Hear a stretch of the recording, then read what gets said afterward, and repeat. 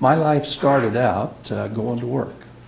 My dad's shop was located 100 yards from the Mississippi River in Burlington, Iowa.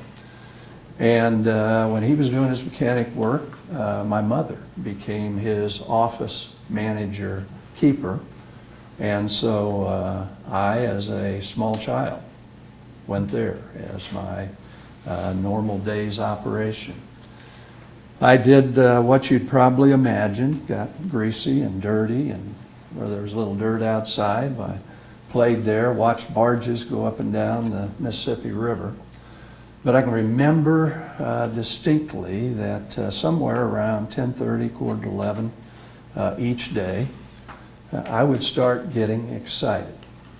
And saliva glands would start flowing, my adrenaline would start pumping, because I was thinking about the noon siren that was going to be wailing and to signify noon in a short period of time. And I knew the ritual. My mom was going to give me a nickel, and I was going to be able to go next door to John's Deli with that nickel and buy my complement to the homemade sandwich that was brought to work for my lunch. And that adrenaline rush reached its peak then as I made the little journey daily, visited John and pulled the nickel out, bought a 5-cent dill pickle in a bag. I'm going to suggest to you the first principle of life and living. It's the dill pickles of life that are important. Built into what we do and why we do it stems from hope, from expectations. Now that was a 4-year-old's loftiest type of expectation, but that ultimately drove because that hope was there.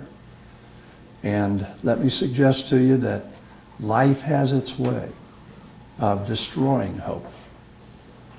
Some of you came from settings that before you ever had a chance to figure out life, the hope was gone.